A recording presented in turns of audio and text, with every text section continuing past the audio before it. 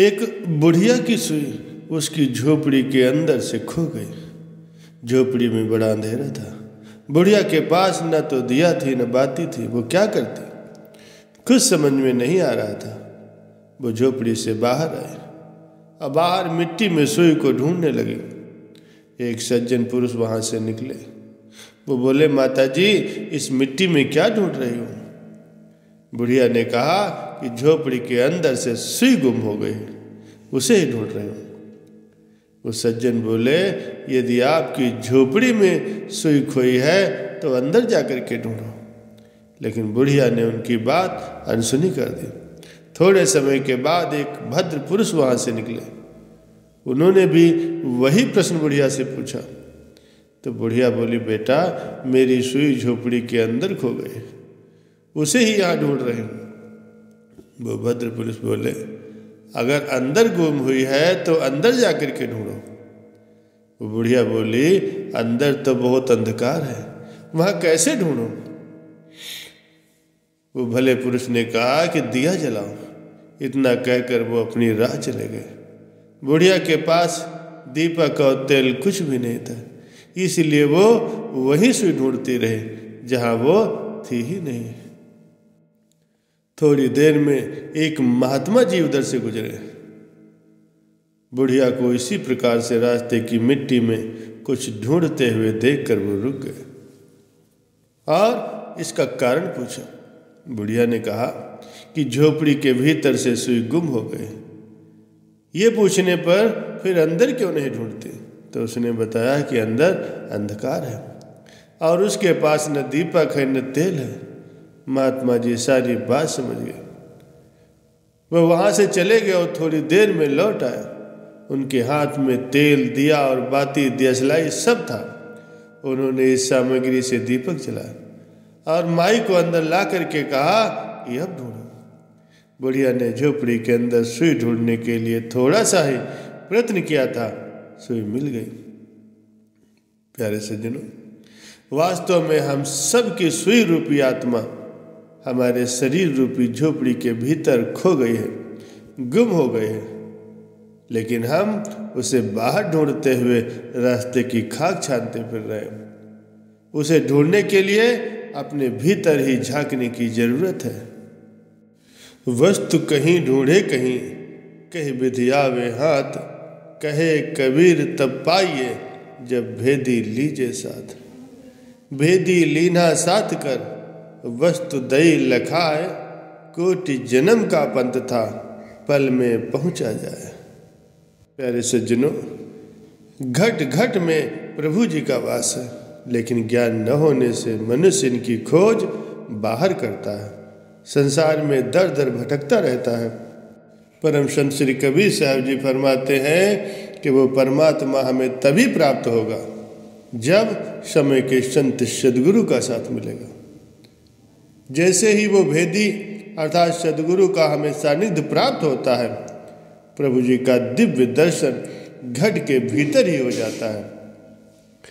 ऐसे महान संत सद्गुरु की कृपा से ही जो मंजिल कोटि जन्मों में भी तय नहीं हो सकती थी, उस मंजिल मुकाम पर क्षण भर में ही सद्गुरु की कृपा से भक्त बड़ी सरलता और सहजता से पहुंच जाता है। मनुष्य योनि में जन्म मिलना प्रभु की अहेतु की कृपा का फल है। ये शरीर ही परमात्मा की प्राप्ति का साधन है। मनुष्य का हृदय ही परमात्मा का पावन मंदिर है। इसीलिए सभी महान पुरुषों ने अपने हृदय मंदिर में ही परमात्मा का ध्यान किया है और उस परम पिता परमात्मा को अपने घट में ही पाया है। भगवान कौन है, क्या करते हैं और क्या वो हमको देखते हैं? इस तरह से प्रश्न बहुधा लोग किया करते हैं। किसी गांव में एक खलीफा रहा करता था। वो देखने में बड़ा शरीफ और नेक दिल इंसान था, मगर था बड़ा शातिर चोर। वो दर्जी का काम करता था, इसीलिए गांव के लोगों को उस पर शक नहीं होता था। खलीफा का एक लड़का था जो पढ़ने में होशियार था और चतुर भी बहुत था। एक रात जब खलीफा चोरी करने के लिए गया था, तभी उसकी नींद टूट गई। अब्बा जान को घर में न पाकर उसने अपनी माँ से पूछा, माँ अब्बा जान कहाँ गए? तो माँ बोली, बेटे तेरे अब्बा रात को मस्जिद आकर खुदा की इबादत करते हैं। खुदा उन पर रहम खाकर उन्हें बहुत सारा माल देते हैं। खलीफा का लड़का चतुर तो था ही, उसे दाल में कुछ काला नजर आया। 2 दिन बाद रात को जब खलीफा उठकर चोरी करने के लिए जा रहा था तो लड़का भी उसके पीछे हो लिया। खलीफा ने गांव में जाकर के एक घर में सेंध लगाई और कुछ देर के बाद घर से माल की गठरी लेकर वो बाहर आया। घर के बाहर वृक्ष के पास खड़े अपने बेटे से उसका सामना हुआ तो वह बुरी तरह से घबरा गया। बेटे ने कहा, अब्बा जान, आप अम्मी जान व मुझे धोखा दे सकते हैं मगर खुदा को नहीं। खुदा सब कुछ देख रहा है। ये सुनकर के खलीफा बड़ा शर्मिंदा हुआ। उसने अपने लड़के से माफ़ी मांगते हुए कहा, बेटा आज तुमने मेरी आंखें खोल दी, आइंदा से मैं चोरी नहीं करूँगा। कहते हुए खलीफा ने वो गठरी वापस उसी घर में रख दी और अपने बेटे के साथ घर वापस लौट आया। प्यारे सज्जनों, कोई देखे या न देखे, भगवान हमें लगातार देखते रहते हैं। हमारे सभी कर्मों पर उनकी बराबर नज़र होती है। हर कोई भगवान को जानना, देखना और पाना चाहता, लेकिन वो सत्संग करना नहीं चाहता, किसी संत महापुरुष के पास जाना नहीं चाहता, ना ही किसी आध्यात्मिक पुरुष का प्रवचन सुनना चाहता। अरे भाई, जरा विचार करो। कबीर साहब जी कहते हैं कि जिन ढूंढा तिन पाइया, गहरे पानी पैठ, मैं बपुरा बूढ़न डरा, रहा किनारे बैठ। जिसने खोजा है उसने पाया है, जो डरा है सो किनारे पड़ा रहा। परमात्मा वो सत्य सनातन परम शक्ति है जो तत्व रूप में निर्गुण और निराकार है और स्थूल रूप में, सगुण साकार रूप में, सृष्टि में हर युग में सद्गुरु के रूप में अवतरित होता है। जब जब होए धर्म की हानि, बाढ़े अधम असुर अभिमानी, तब तब प्रभु धरे मनुष्य शरीरा, हरहि कृपा निधि सज्जन पीरा। इस घोर कलिकाल में परमात्मा का प्रकटीकरण इस मनुष्य शरीर में संत सद्गुरु के रूप में हुआ है। वे अपने संपर्क में आने वाले जीवों को असत्य से सत्य की ओर, अंधकार से प्रकाश की ओर और मृत्यु से अमृत की ओर चलने की युक्ति बतलाते हैं।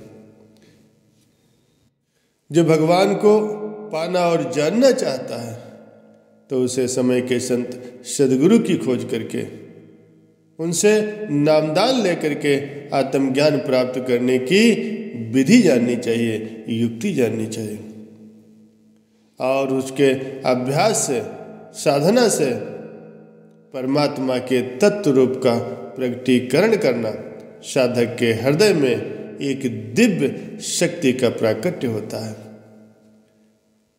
और उस शिष्य का सर्वस्व ही रूपांतरित हो जाता है और अंत में वो आवागमन के चक्र से छुटकारा प्राप्त करके परमात्म तत्व में विलीन हो जाता है। चारों प्रकार की मुक्तियों को देने वाले भगवान कहीं और नहीं, मनुष्य के घट के अंदर विद्यमान है। और जैसे पतंग में डोरी लगाने वाला कोई हाथ होता है और बिना डोर लगे पतंग उड़ नहीं सकती, वैसे ही भगवान से कटे हुए मानव मन को शब्द रूपी डोर में सद्गुरु ही बांधते हैं और जैसे ही ये डोर बन जाती है, मानव चेतन अपने पंखों से उड़ती हुई हृदय आकाश में विद्यमान उस परमपिता परमात्मा रूपी सत्ता से जा मिलती है। इसीलिए संत फरमाते हैं कि हे मानो, उठो, जागो और अपने लक्ष्य को प्राप्त करो। परमपिता परमात्मा की प्राप्ति ही जीवन का एकमात्र लक्ष्य है।